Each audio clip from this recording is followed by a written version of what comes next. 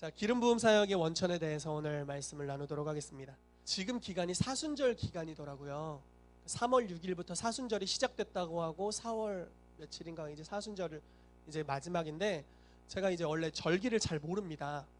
저는 이제 그냥 성령님이 주시는 시즌을 따라 산다 이렇게 살아가지고 교회력을 거의 모르고 살고 있는데, 갑자기 이제 기도를 하는데, 이제 아이 위해서 기도를 하는데 사순절이라는 단어가 떠오르고 계속 사순절에 대한 메시지를 주님이 시리즈로 주시는 거예요. 그래서 원래 이번 주부터 하려고 했는데 너무 준비할 시간이 촉박해가지고 다음 주부터 갈 건데요. 사순절에 대한 메시지들을 계속 주시는 거예요. 예를 들어 예수 그리스도의 죽으심과 부활에 대해서, 그리고 그게 우리에게 어떤 방식으로 적용될 수 있는지, 그래서 옛 정체성과 새로운 정체성, 죄인됨과 의인됨에 대해서, 그리고 우리의 육적인 가계와 아브라함의 가계에 대해서, 이게 뭐 가계의 저주와도 연관이 있겠죠. 그리고 애굽의 수치를 가진 것에서 가나안 땅의 영광으로 들어가는 것, 길갈에 대한 뭐 이런 부분들 여러 가지 계속해서 감동을 주셔가지고 이것들을 좀 정리해서 여러분들에게 나눠야겠다는 생각이 드는데, 아이러니하게도 3월 6일부터 그 사순절이 시작이었는데 애가 3월 6일에 입원을 한 거예요. 그래서 뭔가 예언적으로 좀 맞아 떨어져 가고 있고, 주님께서 곧 부활을 우리 가운데 선물로 주실 거고 교회적으로도 부활이라는 놀라운 선물을 주시겠다라는 감동이 있었습니다. 그래서 제가 다음 주부터는 사순절에 대한 메시지를 좀 여러분들에게 나누길 원하고요. 이번 주는 저희가 이제 오중사역 소그룹도 하고 성도운동에 대해 계속적으로 여러분들에게 메시지를 나눴었는데, 그거를 마무리하는 의미로 성령의 기름 부으심 안에 우리가 훅 잠기는 시간을 좀 가졌으면 좋겠어요. 그래서 여러분들이 권능으로 무장되고 또 권능으로 사역하고 이런 시간이 되었으면 좋겠습니다. 오늘 신선한 기름 부으심 임하게 되기를 예수 이름으로 축복합니다. 아멘. 기름 부으심. 아멘. 자, 말씀 읽도록 할게요. 사도행전 10장 38절 말씀 먼저 읽겠습니다. 시작.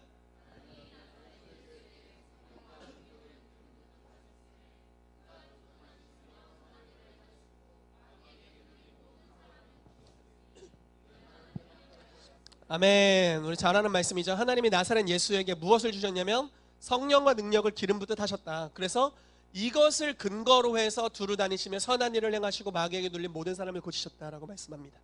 자, 예수님도 성령과 능력으로 사역하셨다는 걸 말씀하고 있고요. 요한복음 5장 19절 20절 말씀입니다. 같이 읽어볼게요. 시작.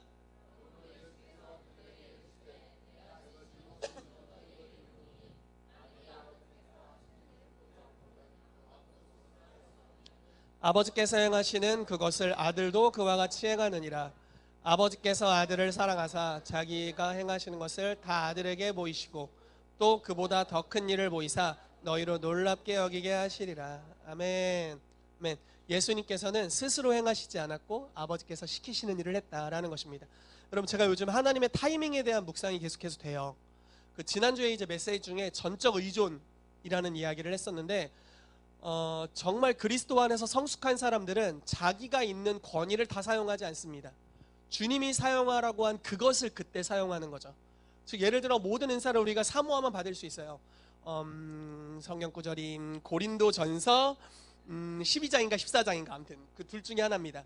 너희는 더욱 큰 은사를 사모하라 라고 말씀하고 있죠. 그리고 은사를 사모하는 것은 굉장히 좋은 일이라고 말합니다. 어떤 사람들은 은사를 사모하는 것을 좀 이렇게 뭐라고 해야 될까요? 좀 육적이야 이렇게 생각하는 사람이 있지만 그 말이야말로 육적입니다. 성경이 가장 영적이죠. 아멘이시죠? 은사를 사모하는 건 성경에서 말씀하고 있는 거예요. 그래서 은사, 심지어 더 큰 은사를 사모해라. 지금 이렇게 말합니다. 방언을 받았냐? 통역을 구해라. 이렇게 이야기해요. 그리고 방언이랑 통역할 줄 아냐? 예언하기를 사모해라. 이렇게 이야기합니다. 예언까지 열리면 다른 계시적인 은사와 초자연적인 은사들이 열려가는 거거든요. 그래서 은사를 사모하는 것에 대해서 이야기를 하는데, 여러분 이 얘기를 왜 했을까요? 은사를 사모하는 것을 이제 이야기하고 있죠. 그런데 이 은사를 사모하는 것이 굉장히 중요합니다. 그래서 더 큰 은사를 사모해야 돼요. 그래서 우리가 많은 은사를 장착하듯이 받을 수가 있어요. 우리 동훈 형제님도 은사를 사모하십시오. 받을 수 있습니다. 정말 많은 것들을 받을 수 있어요. 그래서 은사가 옵니다. 근데 그 은사가 오면은 그것을 마음대로 사용하는 것이 아니죠. 주님이 원하시는 때에 원하시는 방법으로 사용하는 겁니다. 아까 제임스 볼 목사님이 이야기를 했잖아요. 이 사람 선지자예요. 초자연적인 삶을 살고 있어요. 정말 한국에 예전에 온 적이 있었는데요. 성령님이 너무 그 사람을 웃긴 거예요. 근데 그때가 어떤 때였냐면 이 사람이 웃는 것 자체가 초자연적이었어. 아내와 사별한 지 한 달이 안 됐을 때였어요. 최악의 영적 상태로 한국에 왔어요. 정말 마음이 무너졌을 텐데 계속 주님이 웃기시는 거예요. 그래서 마가복음 5장 하하하하 1시간 동안 마가복음 5장 하하다 끝났어요. 설교 끝났어요. 그러다 갑자기 막 총 쏘고 빵이야 빵이야 막 이러고. 근데 정말 그 말도 안 되는 상황에 수많은 치유가 일어났어요. 진짜 그 자체 삶이 초자연적이죠. 근데 그런 사람도 러시아에 갔는데 너무 힘들었던 거예요. 그러니까 열리지가 않는 거죠. 근데 하나님이 주시는 세미한 음성 하나에 순종하는 거죠. 뭐든지 할 수 있었겠죠. 뭐 안수도 할 수 있었겠고, 한번 잡아뜨려 봤을 수도 있었겠고, 정말 많은 일들을 할 수 있었을 텐데 그 안에서 군기반장 좋아요. 그 안에서 어떻게 했냐면 성령께서 시키시는 바로 그것을 하게 됩니다.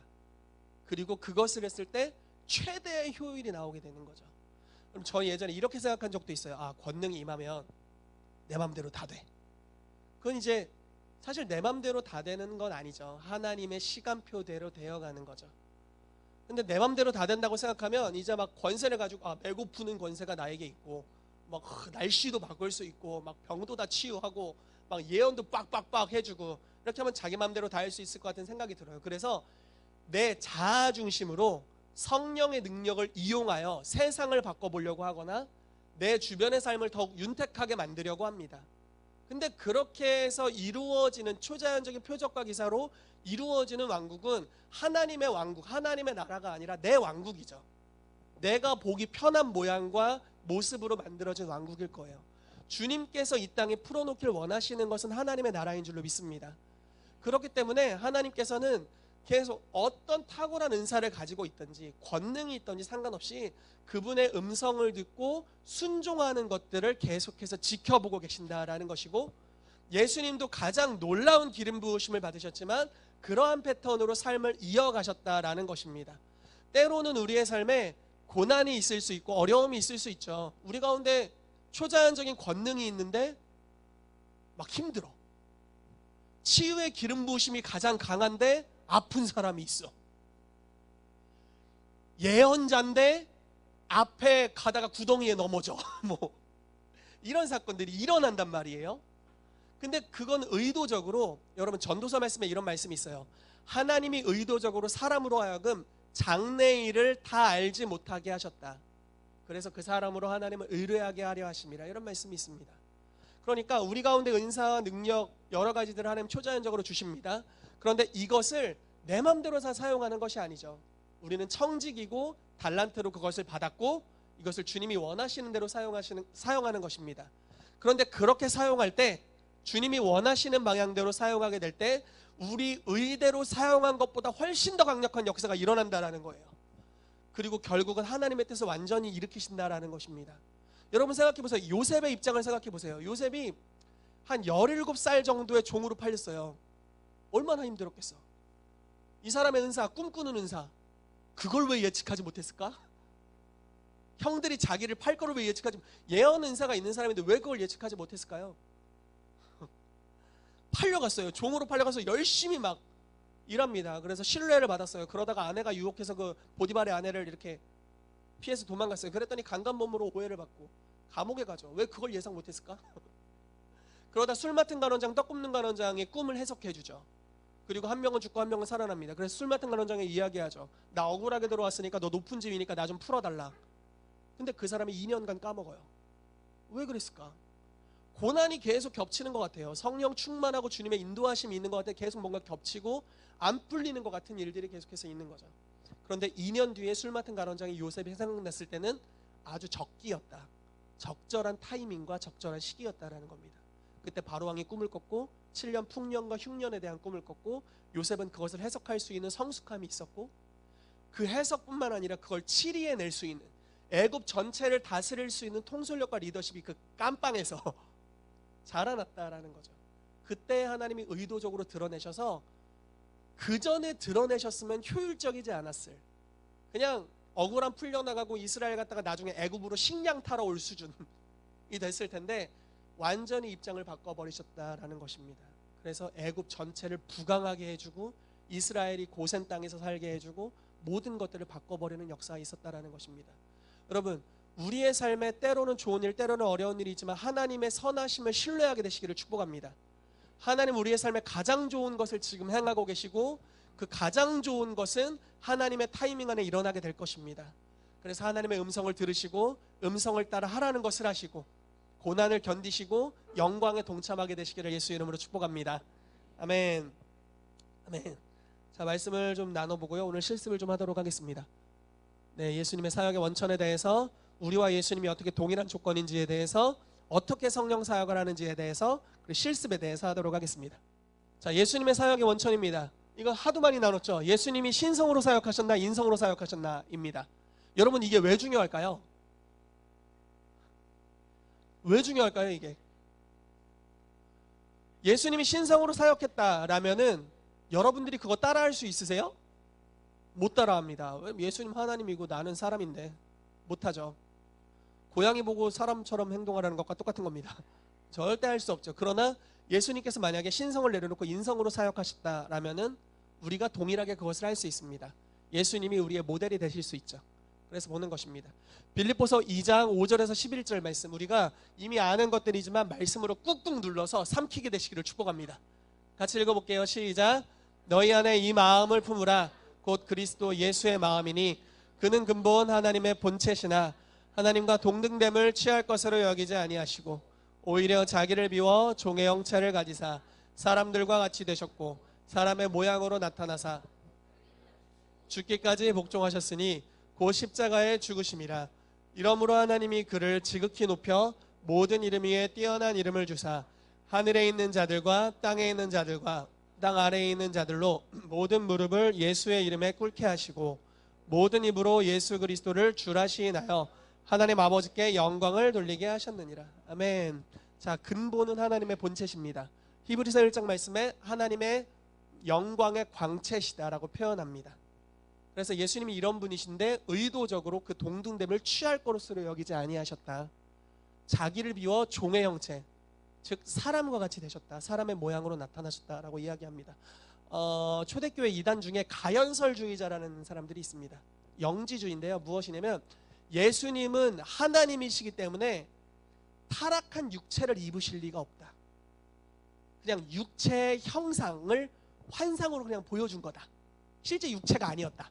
라는 주의자들이 있습니다. 이건 아주 잘못된 겁니다.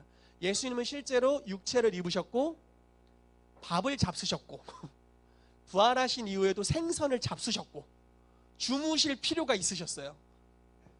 그리고 십자가에 못 박히셨을 때 물과 피를 쏟으셨습니다. 실제로 육체를 입고 오셨죠. 그래서 예수님께서는 신성으로 이 땅에 계신 것이 아니라 인성을 가지고 이 땅에 계셨다라는 것을 우리가 기억할 필요가 있습니다. 또 하나를 보겠습니다. 자, 사도행전 10장 38절 아까 읽었던 말씀인데요. 예수님의 사역의 원천은 자신의 신성이 아니라, 다시 말해볼게요. 자신의 신성이 아니라 자신의 인성도 아닙니다. 자, 예수님의 사역의 원천은 신성이고 인성이고도 아니에요. 성령님이셨어요. 자, 이렇게 된 거예요. 인성 위에 입혀지신 성령님이십니다. 성령님이 사역의 근원이셨어요. 아멘이십니까? 아멘. 성령님이 능력이십니다. 아멘. 성령님이 모든 것을 하실 수 있으세요. 그분이 하셔야 가능합니다. 여러분 때로는 요즘 그리스도 안에서도 그렇고 그리스도 밖에서도 자존감이라는 주제가 굉장히 중요한 주제예요. 나는 대단해. 거울을 보고 이야기해. 나는 대단해. 나는 똑똑해. 난 스마트해. 이러면서 막 거의 최면을 걸듯이 이렇게 하는 것들이 있어요. 그래서 자신감을 부여하고 그것이 인생을 달라지게 한다. 이런 이야기들이 있습니다. 그런데 여러분 그것만으로 부족해요. 왜냐하면 능력의 근원은 자신이 아닙니다. 자, 이렇게 이야기해 볼까요? 나는 능력의 근원이 아니다. 네, 우리가 새로운 정체성이 필요해요. 그리스도 안에서 내가 누구인지를 바로 알아야 돼요. 그건 새로운 존재가 되었다라는 뜻입니다. 근데 그 존재가 되었다라는 뜻 자체는 내 자신이 능력의 근원이라는 뜻은 아닙니다. 능력을 담을 합당한 그릇이 되었다라는 것이고 새로운 포도주 되시는 성령님을 담아낼 수 있는 새 부대가 되었다라는 뜻입니다. 그래서 이 두 가지, 능력의 근원이 아니라는 것, 그리고 능력의 근원이 성령님이시라는 것을 우리가 알 필요가 있습니다. 예수님도 성령의 능력으로 사셨습니다. 여러분, 예수님의 인격이 얼마나 뛰어났을까요? 죄가 없는 사람, 그리고 하나님이셨던 분이 사람의 인격을 가지셨으니까 보통 인격이 아니셨을 겁니다. 대단한 인격을 가지셨을 텐데 인격이 능력의 근원이 아니었어요. 그거 생각해 보신 적 있어요? 인격이 능력의 근원이 아니었어요. 성령의 열매, 성령님이 거하셔서 생기는 성령님의 성품이죠. 성령의 열매입니다. 어떤 책은 이렇게 정리하더라고요. 성령의 열매는 사랑과 희락과 화평과 오래 참음과 자비와 양성과 온유와 충성과 절제, 이 같은 것을 금지할 법이 없니. 이게 바로 주일학교 효과죠. 어렸을 때 외웠습니다. 그 9가지의 성령의 열매인데 이것은 이제 이렇게 해석하는 책을 본 적이 있어요. 성령의 열매는 사랑이니 사랑은 곧 희락과 이렇게 쭉 나머지 8가지다. 성령의 열매는 사랑이다. 이렇게 해석하는 데가 있는데요.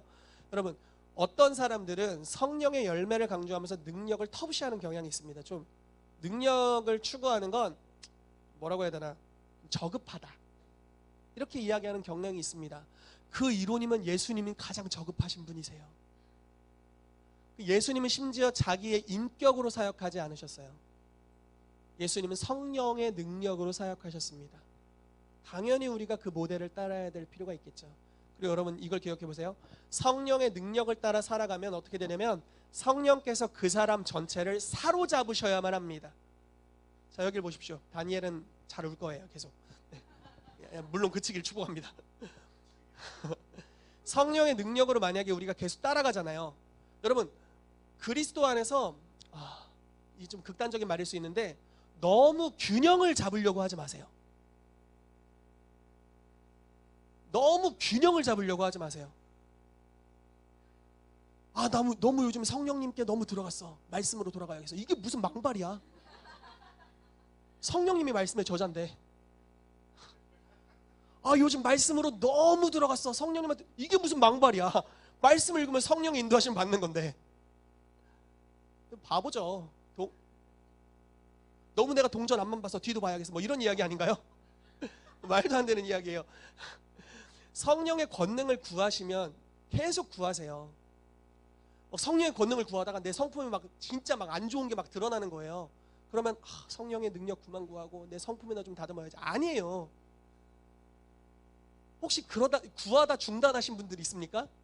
내 성품의 못됨을 스스로 발견하고 주변에서 비판도 하겠죠. 야, 너 그거 하면 뭐하냐, 네 성질머리가. 그런데 그러면 와, 화살을 맞았어. 그래가지고 열매나 구해야지. 주님 열매 했는데 열매가 생기냐 이거예요. 그런다고 열매가 생기는 게 아니죠. 그냥 내 인격의 스코어는 뭐 열매를 구하든 능력을 구하든 그 수준입니다. 뭐 열매를 구한다 갑자기 인격의 스코어가 올라가고 그러지 않아요. 그냥 성령의 능력을 계속 구하는 거예요. 성령의 충만함을 구하는 겁니다. 그리고 성령을 따라 권능을 행하는 거예요. 그럼 어떻게 되냐면 성령님이 우리의 영혼육을 장악하시게 돼요. 그럼 거기서부터 열매라는 것이 피어나는 거죠. 여러분, 열매를 어떻게 맺어요? 우리 힘으로. 여러분들의 인성이 어떻게 감히 성령의 열매를 맺을 수 있습니까? 어떻게 감히 인간 주제에 하나님만이 주실 수 있는 열매를 어떻게 맺냐고. 못 맺죠. 성령 안에서 성령의 인도하심을 따라 살아가면 저절로 맺히게 되는 것이 성령의 열매입니다. 여러분, 하나님이 여러분들에 대해서 인내하고 계신 것을 믿어주시기를 축복해요. 아멘. 하나님이 여러분들 성격을 아세요. 다시 말해볼게요. 여러분들의 결함을 알고 계세요. 밑바닥을 알고 계세요. 그리고 그걸 심지어 잘 인내하고 계세요. 온유함으로 신경질 한 번 안 내시면서. 가끔은 내 성질머리에 내가 신경질이 나지. 그래서 내가 못 견디는 거죠. 그러나 하나님은 견뎌주고 계세요. 충분히 나의 밑바닥을 보시면서도 견뎌주고 계시죠. 그러면서 우리에게 성령을 따라 살라고 말씀하시는 거예요. 왜냐하면 성령을 따라 살면 육체의 일을 행하지 않는다 라고 갈라디아서 말씀에 기록되어 있어요. 성령을 따라 살아가게 되시기를 축복합니다. 그래서 끊임없이 주님의 권능을 구하십시오. 권능으로 충만해지세요. 이것이 열매를 맺는 길입니다. 다른 길이 없어요. 성령의 권능을 행하다가 막 화살 맞아가지고 집에서 막 자수하고 막 이렇게 막 가부좌 들고 있으면 성령의 열매 맺고 이런 거 아니에요. 그냥 쭉 살아가는 과정인 거죠. 인격의 미성숙도 드러나고 그러면서도 계속 권능을 행하면서 사는 거예요. 그러면서 주님이 이것을 교정해 주시고 치료해 주시고 그래서 우리를 발전시켜 가시는 것입니다. 아멘. 아멘. 뭔 얘기를 하다 여기까지 왔는지 모르겠습니다. 네, 우리 인성으로 사역하는 게 아니라 성령의 능력으로 사역하는 것입니다. 자, 계속해서 보겠습니다. 예수님의 사역의 원천이 성령님이십니다. 누가복음 4장 16절에서 21절 같이 읽어볼게요. 시작.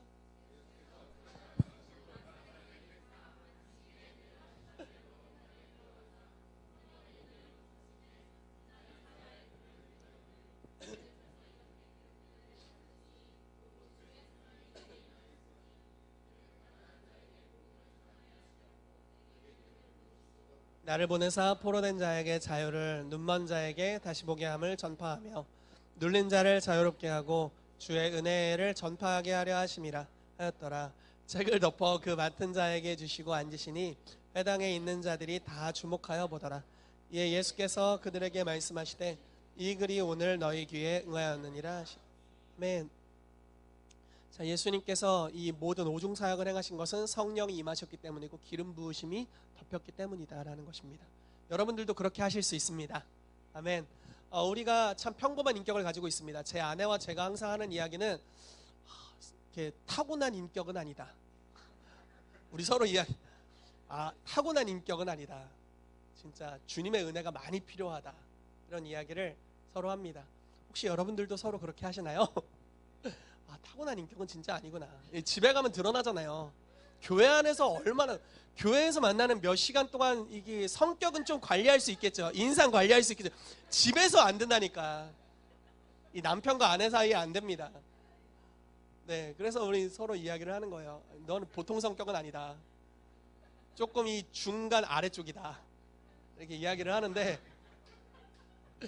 성령이 필요한 거죠. 주님이 우리를 성화시켜가는 필요를 많이 느끼고 있습니다. 갈망해요, 주님을. 어쨌든 예수님께서도 성령이 임하시고 기름 부으심 임하셔서 성령의 권능으로 사역하셨다라는 것입니다. 여러분들의 좀 죄송해요. 저와 여러분들의 별로 아닌 인격에도 성령님이 임하시면 신성의 능력이 나타나게 될 거예요. 아멘. 주님은 그렇게 하기를 너무 기뻐하십니다. 아멘. 주님은 그걸 너무너무 즐거워하세요. 시편 8편 말씀에 이런 말씀 있죠. 어린아이와 젖먹이의 입술을 통해서 권능을 세우셔서 원수와 보수자로 잠잠케 하시겠다. 예수님께서 예루살렘을 입성하려고 하셨습니다. 그래서 이렇게 예루살렘을 들어가시는데 원래 예언대로라면 모든 사람이 마중 나와서 종교 지도자들 뿐만 아니라 모든 이들이 마중 나와서 호산나 다윗의 이름으로 오시는 이여 하고 예수님을 맞아드려야죠. 왕의 입성을 찬양해야 됩니다. 그러나 그 당시 종교 지도자들과 위대하다라고 여겨지는 모든 사람들은 배제되고 안 나왔어요. 그랬더니 어린 아이들이 나와서 예수님을 찬양합니다. 그래서 이제 높은 지위에 있는 사람들이 이야기합니다. 야, 너 저거 듣냐? 예수야, 너 저거 듣냐? 저 쓸데없는 소리 듣냐? 저거 말려라. 그랬더니 니들이 안 하니까 쟤들이 하는 거다. 시편 8편에 말씀하시기를 어린아이와 젖먹이들의 입술을 통해 권능을 세우셨다. 쟤네가 뭐 알겠냐? 그런데 쟤네를 통해 주님이 영광 받으니 니들보다 훨났다. 이렇게 하시는 거예요. 그리고 만약에 쟤들도 안 하고 니들도 안 하면 돌이 외칠 거다. 무생물이 니들보다 낫다. 이렇게까지 얘기하신 거예요. 주님께서 발락이라는 한 선지자를 꾸짖으실 때, 발람이라는 선지자를 꾸짖으실 때 당나귀가 영안이 열려서 천사를 봤어요. 선지자도 못 보니까 당나귀를 여시면서 네 인격으로 선지자 노릇을 하는 게 아니야. 내 신이 임하면 당나귀도 예언할 수 있어. 이렇게 얘기하는 거죠. 여러분, 인성의 근원이 있는 게 아니에요. 여러분들의 성격의 그 능력의 근원이 있지 않습니다. 그러므로 때로 실수한다고 해도 두려워하지 마세요. 여전히 권능이 있을 테니까. 왜냐면 성령님이 권능의 근원이 되시기 때문에 그렇습니다. 때로는 우리가 마음이 막 실수하면 낮아지고 막 거의 지옥으로 들어가가지고 지옥에서 밑바닥 긁고 있고 막 이러면서 나는 아무것도 할 수 없어. 거봐, 나는 패배자, 실패자. 이렇게 가는 거죠. 그런데 그거는 마귀의 속임수죠. 거짓말이죠. 우리의 인격이 지옥에서 놀고 있을지라도 성령의 권능은 하늘에서 우리 가운데 임하시고 우리를 계속해서 새롭게 하시고 역사하시는 줄로 믿습니다. 여러분, 예수님께서 제자들을 키우신 방법이 이런 방법이셨죠. 12사도들이 누가 크냐는 논쟁을 했어요. 예수님이 죽으신다고 얘기하는데, 자, 예수님이 이렇게 말하는 거예요. 내가 다음 주에 죽을 거야. 나 십자가에 못 박힐 거다. 많이 아프겠지? 뭐 이렇게 말씀하셨어요. 그런데 그 자리에서 베드로를 비롯한 12사도가 누가 더 크냐, 누구 손에서 장풍이 더 잘 나가냐, 이런 거를 얘기하고 있었다고요. 인격이 아주 아니었죠. 예수님은 유언을 하고 계신데 자기들은 누가 장자냐 뭐 이런 이야기를 하고 있는 거예요. 인격이 말도 안 되는, 니네 건방지다, 권능을 싹 압수하겠다, 예수님 이러셨어야 되는데 그러지 않으시고 그대로 두시죠. 그리고 그 상태로 계속 자라나게 하십니다. 여러분, 우리 가운데 성령의 권능이 계속해서 더 풀어지게 되기를 축복합니다. 능력의 근원이 하나님이시고 성령님이십니다. 그리고 우리 인격과 상관없이 우리가 부족하더라도 성령님의 음성을 듣고 그대로 행할 때 주님의 초자연적인 역사들이 나타나게 되고 우리 가운데 성령의 열매를 맺혀지기 시작할 줄로 믿습니다. 한 번은, 오늘은 좀 이렇게 가야겠네요. 한 번은 그 어떤 교회에서 강력한 예언 사역자가 있었는데 그 예언 사역자가 예언으로 계속 실수를 남발하는 거예요. 게다가 인격이 못돼 먹었어. 그래서 이제 잠깐 사역을 제지시키려고 했대요. 너 잠깐 하지 마라, 너 좀 문제가 있다. 이렇게 해서 뭐 몇 달 또는 1년 정지를 시키려고 했답니다. 근데 성령님이 그 리더한테 이렇게 말씀하셨대요. 걔가 예언하는 것까지 안 하면 성격이 어떻게 될 것 같니? 네. 그러니까 이런 겁니다. 사람이 성화된다는 것은 자숙기간을 가져서 되는 것이 아니고 인격적인 훈계를 가지고 되는 것이 아니고 성령님이 역사하셔야 성화되어 가는 거고, 그것도 지금도 과정 중에 있는데 그 사람이 성령님의 인도하심을 받는 그 예언이라는 통로를 네가 막는다면 그 사람이 어떻게 성화로 나올 수 있겠냐라고 말씀하셨대요. 그래서 계속하게 하면서 교정을 해줬대요. 그러면서 새로워졌다고 합니다. 이런 식으로 하나님께서 우리를 성장시키는 줄로 믿습니다. 아멘. 네. 지금 이렇게 가려고 한 게 아닌데 가보도록 하겠습니다. 자, 예수님의 사역의 원천이 성령님이시라는 걸 계속 이야기하죠.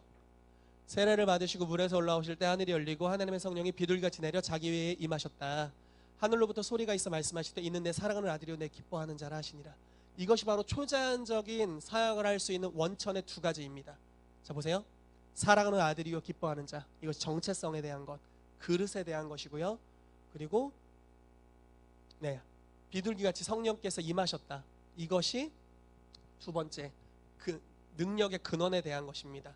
여러분, 옛 정체성은 하나님의 영광을 담을 수 없습니다. 선지자팀으로 가시면 잘 알려줄 겁니다. 새로운 정체성, 우리가 그리스도 안에서 어떤 존재인지를 알 때 하나님의 권능을 담아낼 수 있습니다.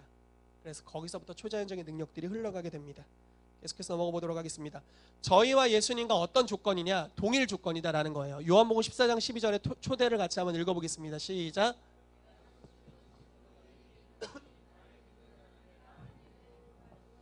또한 그보다 큰 일도 하리니 이는 내가 아버지께로 감이라. 아멘. 예수님께서 우리를 초대하세요.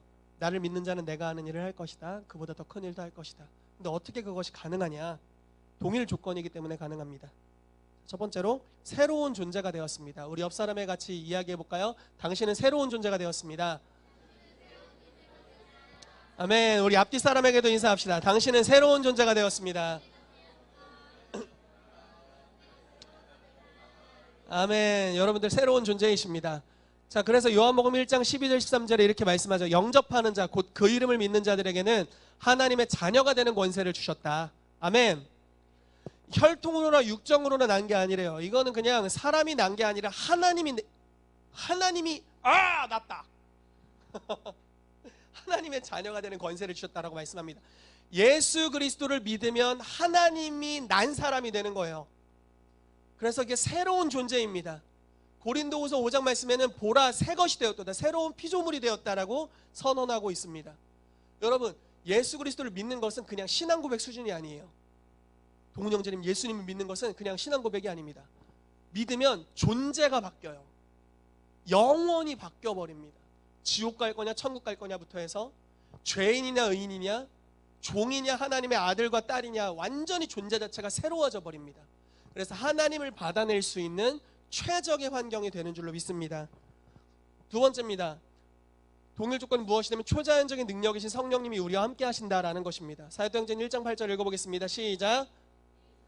너에게 임하시면 너희가 권능을 받고 예루살렘과 온 유대와 사마리아와 땅끝까지 이르러 내 증인이 되리라 하시니라. 아멘. 성령이 임하시면 권능이 임하게 됩니다. 이분이 우리의 권능의 주체가 되십니다. 아멘. 자, 계속해서 넘어가도록 하겠습니다.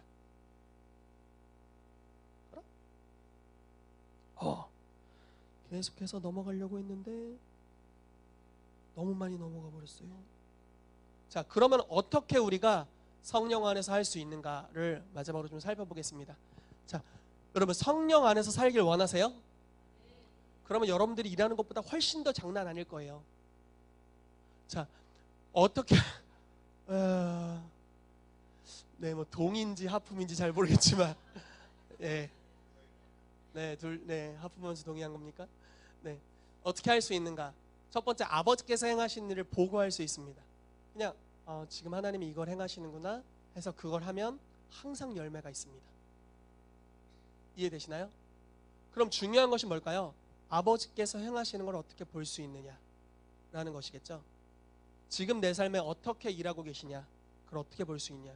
내가 예를 들어 교회를 이끌고 있는데 지금 우리 교회에 하나님이 무엇을 행하고 계시냐.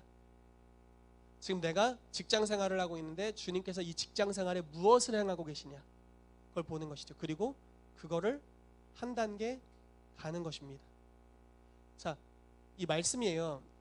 이 잘 아는 말씀일 수도 있는데 이 말씀이 있을 때 어떤 상황이었냐면요, 예수님이 베데스다라는 연못에 가셨습니다. 갔더니 수많은 사람들이, 병자가 병원처럼 누워 있었어요. 누워 있었어요. 누워 있는데 그 베데스다 연못에 어떤 소문이 돌고 있냐면, 이게 아마 진짜였던 것 같아요. 가끔 천사가 온대요. 연못에 짠 와가지고, 이 치유의 천사인 것 같습니다. 와서 물을 움직인대요. 연못이니까 물을 휘휘 젓는데요. 이렇게 움직이는 거예요. 그러면은 물이 움직일 때 1바로 들어간 사람, 첫 번째로 들어간 사람이 치유된답니다. 그럼 우선 중풍병자 이런 사람들은 못 들어가겠죠. 몸을 못 움직이니까. 다리 쪽 안 다친 사람이 다 나섰을 거예요 아마. 그러니까 병자들이 계속 있는데 들어갈 수가 없는 사람들이 거기 또 누워 있는 거죠. 소망을 기다리고 갈망을 기다리면서, 순번을 기다리면서 있는 겁니다. 그런데 예수님께서 그곳을 가시다가 한 병자 앞에, 병자가 너무 많았죠. 한 병자 앞에 멈춰 서십니다. 그렇게 말씀하세요. 네 자리를 들고 일어나라. 아니, 이렇게 말씀하세요. 너 낫고자 하냐? 이렇게 물어봤습니다. 그랬더니 그 병자가 말하기를, 연못이 동할 때 나를 일으켜서 저 연못에 던져주는 사람이 없어가지고 제가 여기 그냥 있습니다. 그랬더니 예수님이 그냥 다른 거 안 묻고 그냥 네 자리를 들고 일어나라 라고 말씀하셨어요. 왜 자리를 들고 일어나라고 하지? 그래서 일어나서 자리를 들었더니 자기가 나사 있는 거예요. 치유가 됐어요. 그래서 이 병자가 이제 나선 상태로 자리를 들고 길을 걷고 있습니다. 그런데 바리새인이 봤어요. 그 장면을 봤는데, 이 사람 누워있던 병자야. 근데 자리를 들고 걷고 있어. 근데 하필 그날이 안식일이야. 그래서 그 병자에게 따집니다. 야, 안식일인데 뭔 자리를 들고 일어나, 다시 누워. 그랬더니 이 남자 이 치유된 남자가 이렇게 말합니다. 나보고 일어나 걸으라고 한 사람이 일어나 걸으라고 했으니 일어나 걸을 겁니다. 그걸 그대로 집으로 갔어요. 그러니까 바리새인이 너무 무안했는지 이제 예수님한테 와서 따집니다. 너 왜 저 사람 치료했냐? 안식일인데. 그랬더니 예수님이 이렇게 말씀하시는 거예요. 아버지께서 행하시니까 나도 행한다. 아버지께서 안식일에 병을 고쳤어. 그러니까 니들이 뭐라고 하든 상관없이 나는 병을 고칠 거야. 안식일에 하나님 아버지께서 저 사람 보고 일어나라고 했어. 그러니까 나도 그분이 말한 대로만 말할 거야. 니들이 뭐라고 하든 상관없어. 상황, 환경, 뭐 분위기 이런 거 상관없어. 나는 그분이 하라는 것을 할 거야. 이렇게 이야기를 한 거죠. 이게 우리의 사역의 예표가 되는 거예요. 어떻게 할 수 있느냐. 여러분, 그렇다면 여러분들의 삶에도 하나님께서 뭔가를 행하고 계시다는 걸 믿으세요? 여러분, 때로는 우리가 이렇게 얘기해요. 주님, 우리 삶에 뭐든지 좀 행해 주세요. 근데 주님 말씀하세요. 나 하고 있어. 뭐 하고 있는지 좀 알아내. 그럼 보물찾기 해보셨어요? 어른의 입장에서 보물 숨겨보신 적 있으세요? 보물찾기 진행자로? 자, 생각해보세요. 내가 어른이야. 아이들을 위해서 보물을 숨겨야 돼요. 절대 못 찾는 곳에 숨기나요? 아니면 조금 발견할 만한 곳에 숨기나요? 절대 못 발견해. 막 덮어놔. 막 삽으로 막 땅 파. 막 그래요. 막 숨겨놔. 제일 비싼 상품 막 삽으로 1m 막. 절대 그렇게 하지 않죠. 애매한 곳, 발견될랑 말랑한 곳에 숨기죠. 그래서 아이들로 하여금 너무 쉽지 않지만 그래도 너무 어렵지 않게, 그래서 발견하고 찾는 기쁨을 누릴 수 있도록 하죠. 의도적인 거잖아요. 잠언 말씀에 이런 말씀이 있어요. 이를 감추는 것은 왕의 영화이고, 하나님의 영화이고 헷갈리네요. 이를 발견하는 것은 왕의 영화이다. 여러분, 지지난주에 제가 왕과 제사장에 대해서 이야기를 했죠. 이를 발견하는 것이 여러분들의 영광입니다. 하나님은 막 대놓고 완전 다 보여주고 누구나 봐 이런 식은 아니세요. 갈망하는 자는 누구나 찾을 수 있게 적당히 숨겨 놓으셨어요. 여러분, 좀만 찾아보세요. 하나님이 내 삶에 지금 어떤 일을 하고 있는지 조금만 들여다보십시오. 조금만 관심을 기울여 보세요. 조금 더 인내심을 갖고 주님께 들으려고 하십시오. 그러면 얼마 안 가서 들을 수 있어요. 그게 왕의 영화입니다. 발견할 수 있는 영광을 누리게 되시기를 축복합니다. 그래서 주님께 듣는 거예요. 주님, 내 삶에 지금 무슨 일을 하고 계시나요? 어떻게 일하고 계시나요? 내 사업에 지금 어떤 일을 행하고 계신가요? 제가 사업이 계속 이 방향으로 가고 있는데 방향 전환을 혹시 하길 원하시나요? 이런 걸 듣는 거죠. 그러면서 뭔가 감동이 있을 때 그걸 한번 따라가 보는 것이죠. 저희 같은 경우는 이런 상황이죠. 주님, 은총이가 입원했습니다. 근데 주님 뭐 하고 계세요? 뭐 이런 게 아니라 주님은 지금 상황에 어떤 일을 하고 계십니까? 이 아이에게 무엇을 주길 원하시고, 우리 가정에 어떤 교훈을 주길 원하시고, 우리 교회에 어떤 메시지를 주길 원하십니까? 이런 걸 듣는 거예요. 당연히 아이가 치유받는 건 주님의 뜻이죠. 그래서 계속 치유 기도하고 있어요. 계속 기도하고 있습니다. 그런데 그러면서 하나님 아버지께서 지금 무엇을 하시는지를 듣는 겁니다. 듣고 거기에 따라 반응하게 될 때 우리가 성령의 인도하심을 받을 뿐만 아니라 우리의 가정 전체가 성화되게 되고, 요즘 얼마나 감사한지 몰라요. 여러분, 한 아이가 태어나면서 가계적인 축복과 저주가 함께 온다는 걸 많이 느껴요. 왜냐면 제가 예전에 기관지 천식이 있었거든요.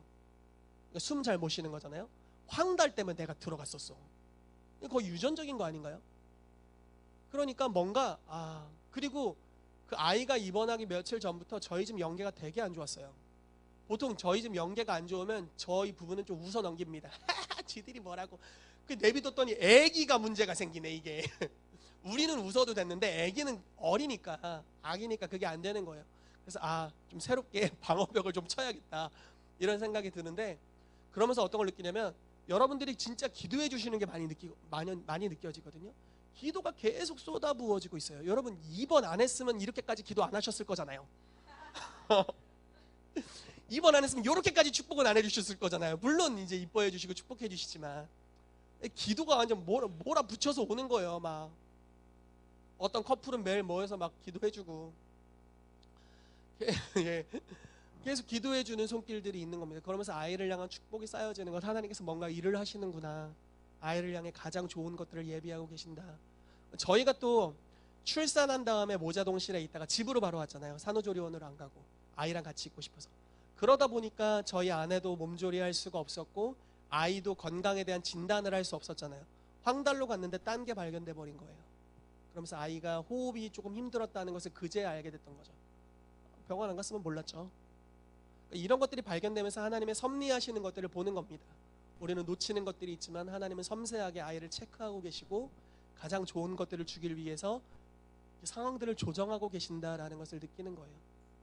여러분들의 삶에서 하나님의 일하심이 분명히 있습니다. 때로는 고난을 통해서, 때로는 뭘 통해서 하나님 일하심이 있을 거예요. 그때마다 주님 지금 무엇을 하고 계십니까? 라고 여쭤보는 거죠. 그리고 그것을 행하십시오. 그럼 때로는 돌파들이 일어날 것이고요, 때로는 위험에서 벗어나는 일들이 있을 것이고, 때로는 역전되는 일들이 있을 것입니다. 하나님이 행하시는 것은 항상 옳습니다. 아멘. 그리고 그분의 인도를 따라갈 때 가장 좋은 것들을 우리가 상으로 얻게 될 줄로 믿습니다. 아멘. 그래서 아버지께서 행하시는 일을 보고 하는 것이 첫 번째고요. 두 번째는 성령을 힘입어 하는 것입니다. 아버지가 하는 걸 보고 똑같이 따라해보자. 이게 아니라 성령님을 힘입어서 성령의 권능으로 행하는 것. 이 두 가지가 우리에게 있어서 필수입니다. 자, 그럼 실습을 한번 해보도록 할게요. 자, 아버지께서 행하시는 것을 보기 위한 가장 좋은 방법 중에 하나는 영적 감각이 열리는 거예요. 여러분, 영적 감각이 더 열리길 원하세요? 지금보다 더 많이 열리길 원하십니까? 그래서 우리가 이걸 훈련하는 겁니다. 아직 한 번도 안 해보신 분들이 있어서 잠깐 설명을 드릴게요. 히브리서 5장 14절에 이런 말씀이 있어요. 같이 읽어보겠습니다. 시작.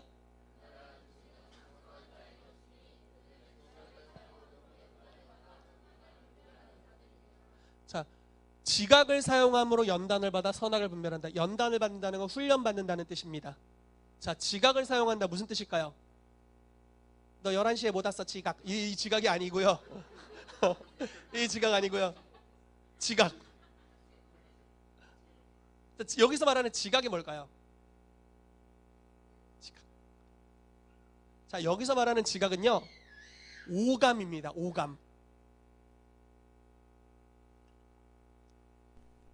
만지는 거, 냄새 맡는 거, 보는 거, 듣는 거, 느끼는 거. 그것까지. 그래서 오감입니다.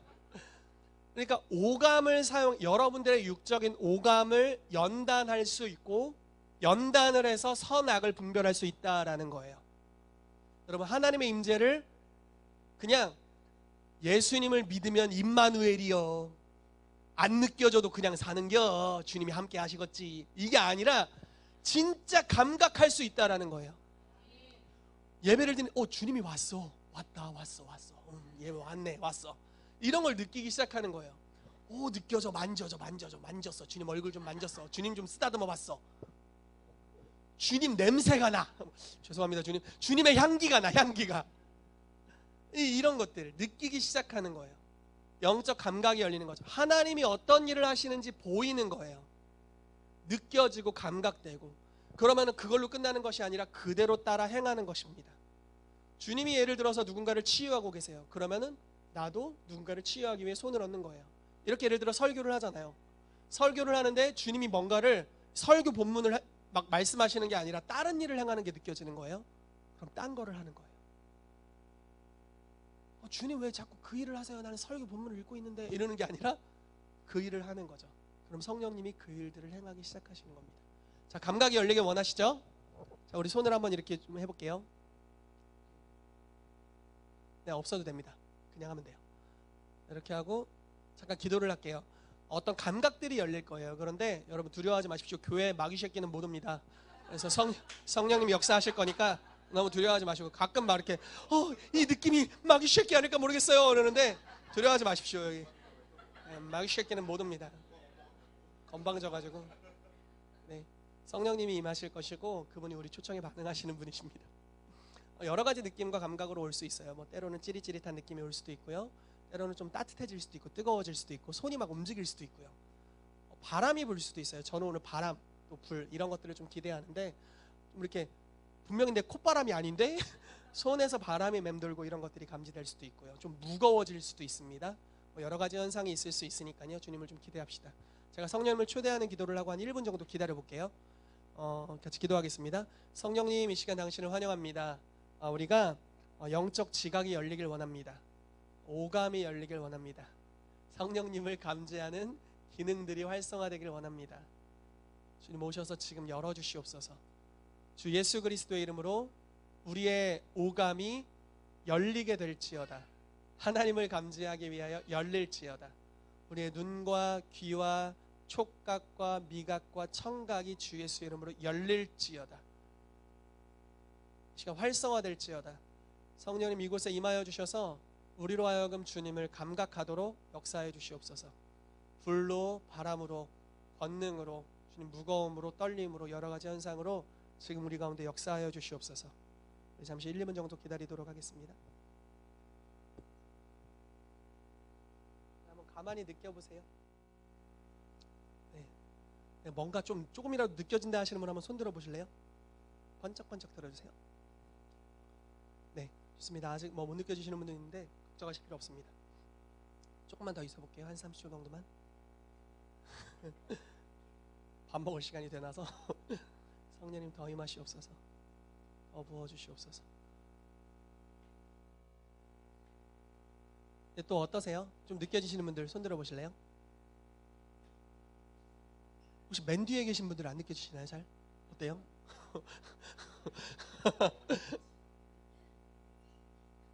좀 한 번씩 도와주시면 좋을 것 같은데. 현주 사모님도 한번 도와주시고, 뒤에 있는 우리 형제님들, 또 우리 어르신들 좀 도와주시고, 옆에서 이렇게 손도 한번 얹어주시고 감각들이 깨어나도록 좀 도와주십시오. 계속 좀 임재 안에 있을게요. 제가 좀 여러분 계속 임재 안에 있으면 제가 하나 이야기를 해드릴게요. 이게 왜 중요하냐면, 기름 부으심 안에 있으면서 들어보세요. 제가 이렇게 기름 부으심이 느껴졌어요. 갑자기 뜨거운 것들이 예전에 느껴졌어요. 중국 선교 당시에. 그리고 나서 그 자리에 아픈 사람들이 되게 많았어요. 장염 환자부터 해서 디스크 환자, 그 여행 내내 고생했던 사람들이었어요. 그리고 손에 따뜻한 느낌이 들었어요. 근데 제가 그때 심장이 안 좋았었거든요.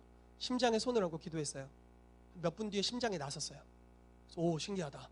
이건 뭔가 하나님이 행하길 원하시는 거구나 싶어가지고 거기 디스크 환자에게 손을 얹었어요. 즉시 나았어요. 장염 환자에게 손을 즉시 나았어요. 그리고 불임이었던 분이 있었어요. 기도했어요. 떡두꺼비 같은 아들이 내년에 태어났어요. 그러니까 이게 우연이 아니에요. 이런 것들은 권능이 실제로 오는 겁니다. 이게 작은 감각일지라도 존중하는 것이 필요합니다. 희은주 선생님 좀 도와주세요. 우리 형제님. 할렐루야. 요 좋습니다. 여러분, 오늘 마지막을 이렇게 좀 했으면 좋겠는데요. 여러분들끼리 사역을 할 겁니다. 성령 사역이라는 걸 할 거예요. 여러분들끼리.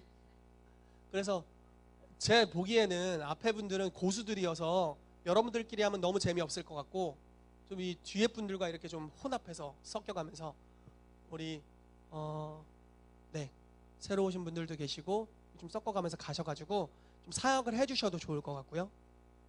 그래서 이렇게 하는 거예요. 여기 보시면 나오지만 성령의 임재를 인식하면서 사역하는 겁니다. 그냥 하고 싶은 말 하는 게 아니라 자 보세요. 성령께서 임하시도록 손을 얹고 초청해요. 처음으로. 그 다음에 그냥 손을 얹고 초대하고 막 예언하고 이런 게 아니라요. 기도받는 사람에게 성령이 임하신 것을 보았다면 그때 하는 겁니다. 먼저 기도하는 거예요. 그래서 임재가 충분히 풀어지도록 하는 겁니다. 그리고 조금 있다가 성령이 임하시는 것 같으면 이제 듣는 거예요. 이 들을 정도가 되면요, 임재의 흐름이라는 것이 생깁니다. 뭔가 흘러요. 권능이 흘러가거나 계시가 흘러가거나 뭔가 흐르는 게 느껴질 거예요. 그러면 주님 지금 뭐 하고 계세요? 이렇게 주님께 여쭤보는 거예요. 주님 뭐 하시는 것 같은데 뭐 하고 계세요? 이렇게 여쭤보고 감동을 받는 겁니다. 눈 감고 하지 마시고 눈 뜨고 하는 겁니다. 사역하는 사람을 살펴보고요. 무슨 일이 일어나는지 보시고, 그러면서 뭔가 느껴진다면 그 느껴지는 것을 하나님을 찬양하는 기도로 하는 거예요. 하나님, 지금 이 사람 예를 들어 치유하고 계셔서 감사합니다. 이 사람의 미래에 관해서 주님 좋은 길을 예비하고 계셔서 감사합니다. 이렇게 이제 찬양하는 기도를 하는 겁니다. 주님 임재하셔서 감사합니다. 등등등등 기도하고요. 느낀 것을 말하는 거예요. 제가 지금 형제님을 위해 기도하는데 손이 뜨끔뜨끔합니다. 뭐 이런 것들이 이제 느껴지는 것을 이야기를 하는 거예요. 그리고 하나님이 어디 갔습니까? 하나님이 제가 외우고 있다라고 저는 믿어요. 나왔네요. 하나님이 깜짝 놀랐어요. 하나님이 보여주신 것을 말해주는 거예요. 주님이 어떤 계시를 주시는 것 같습니다. 주님께서 당신의 삶에 이런 일들을 행하실 것 같습니다. 뭔가 예언이 오면은 예언을 좀 나눠도 괜찮고요. 그리고 주저없이 그 사람한테 물어보는 거예요. 느껴지는 거 있나요?